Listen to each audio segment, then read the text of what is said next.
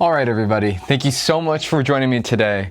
I am filming this a little bit before I mentioned that I'm back, but I wanted to do this video because I realized that a lot of the things I do here are me testing to make sure things can work and happen instead of things actually happening all the time. And I think I want to show more a little bit of the journey. So I've kept a pretty big secret about something I've been working on / started to work on, and I wanted to share it with all of you guys today. So this little workspace we got going, my cat just inspected it, so there's fur everywhere, but it was clean. She's right there.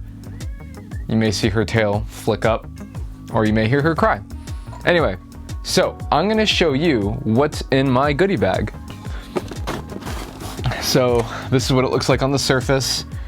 We're gonna slowly dive into this. So right off the bat, this is a fuse box. We'll talk more about that in a little bit.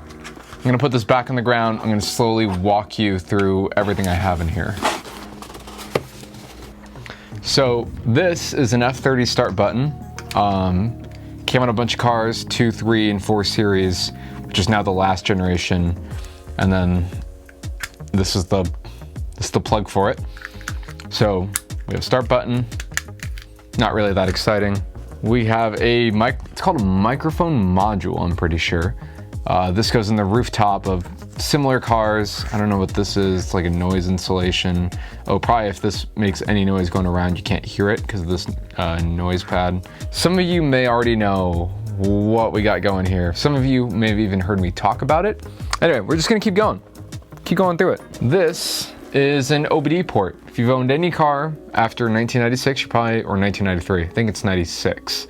Every couple years you get your old shit box plugged into one of these from the state, if you're in California anyway. And yeah, from here, this is also how you communicate with your car if you have any electrical issues or want to look up diagnostics. You typically plug something into a port like this. So we have one of those. Again, starting from like least exciting to most exciting. These are key sensors. These are actually from an E92, and then this is from an F22. And they detect, they have a rough idea of where a car key is. This is a key sensor from a 2013 328i, and you would not believe what it does. It detects where the key is. Have a key from a 2020 M240, which is pretty sexy. Ton more key sensors. We got 2 more from an F30, 2 more from the E90s. And this is kind of where it's hard for me to hide the mystery anymore. Also have this. This is a touch control module. On some cars, on some BMWs, there's the ability to detect what you're drawing on a pad, and this is the module that runs that algorithm. I'm trying to decide what I can show you without still giving it away. This is called an ATM by the general public. It's known as an ATM by BMW. Got this from a 2020 M240 as well. I don't know what's in here, honestly. Oh, little battery. Bet that needs to be recharged. Yeah, so this module allows a car to connect to 4G services such as BMW My Connect. It gets weather information and GPS data. Trying to determine how I can keep the mystery alive between us in this deep relationship that we have. This is a big daddy. This is called an FEM, front electronic module.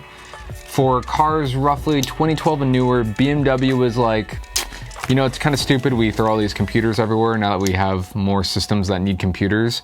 So let's just have one big computer that does what all the little computers does. And behold, they gave birth to the FEM, and that's why there's so many of these little, these big connectors on here.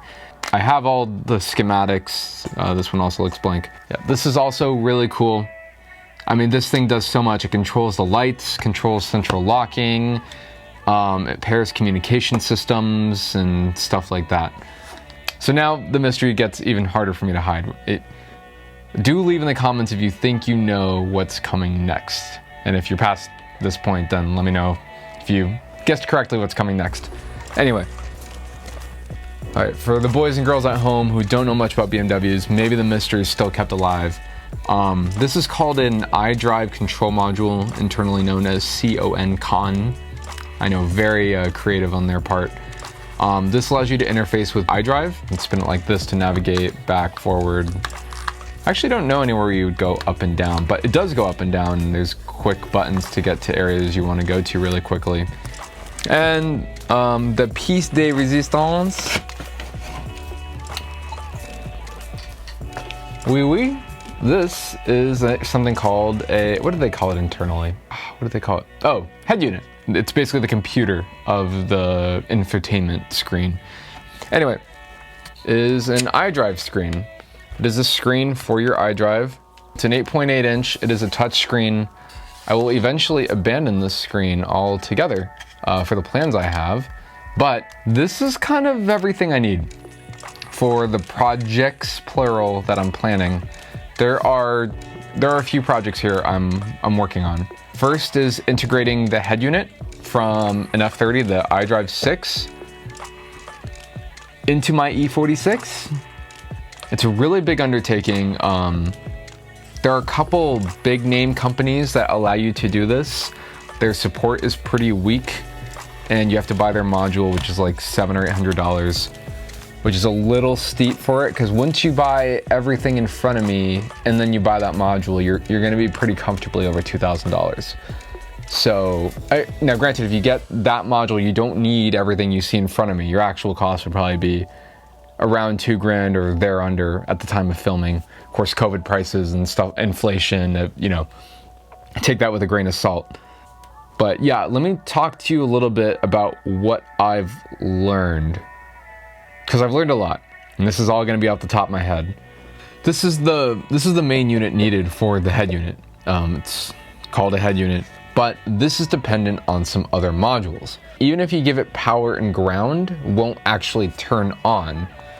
Modern cars from all manufacturers, and BMW is far from any exception, depend on these micro communication systems to relay messages among each other, known as CAN bus.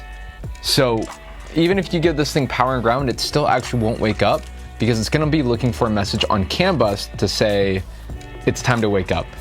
Basically, it's a signal sent over this communication bus to determine key position 1, key position 2.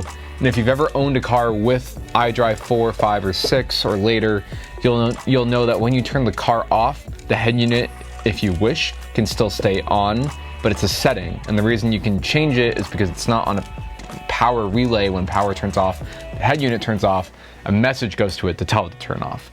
So that's how that's now modernly controlled for features like that. Hey everyone, this is Tyler, the editor, a few days later. The reason this is significant is because the E46 does not behave in this way. While these newer computers have power all the time and have a computer message tell them when to turn on the E46, computers are turned on by power.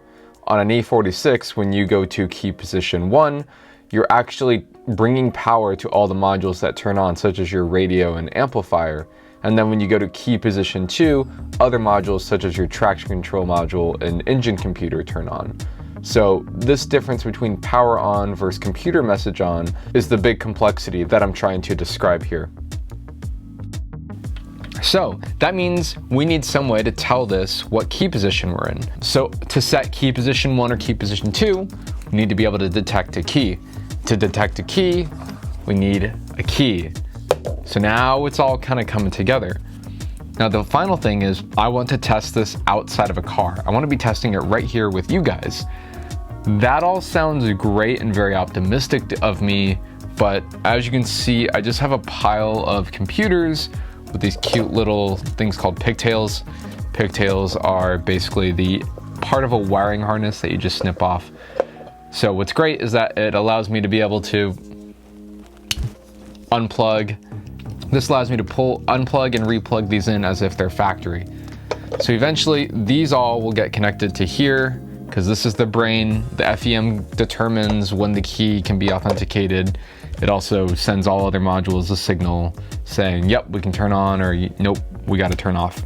So let's talk about the difficult part about all this engineering. if we want just the head unit to work, all we really need to do to get it to wake up is understand that wake up signal.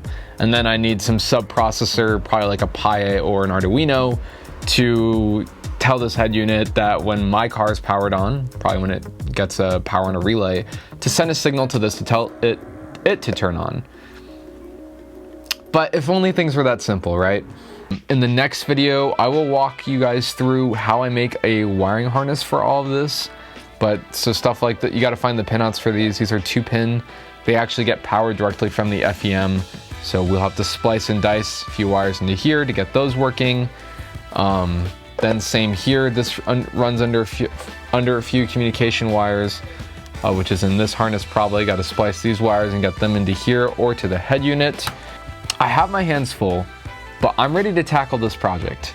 So if you guys are excited to watch this all unfold and see me retrofit iDrive into my E46, make sure to leave a like and make sure to subscribe to see how the hell I go about this crazy project, because we're looking at a lot of pretty expensive computers and we're looking at one silly kid with eyes bigger than his stomach ready to attempt to do something crazy. But I think together as a team, we can figure it out, and I think I have enough drive, love, and desire to make this happen. So, hope you guys enjoyed this video, and I will see you guys in the next one. Elsie, you want to say goodbye?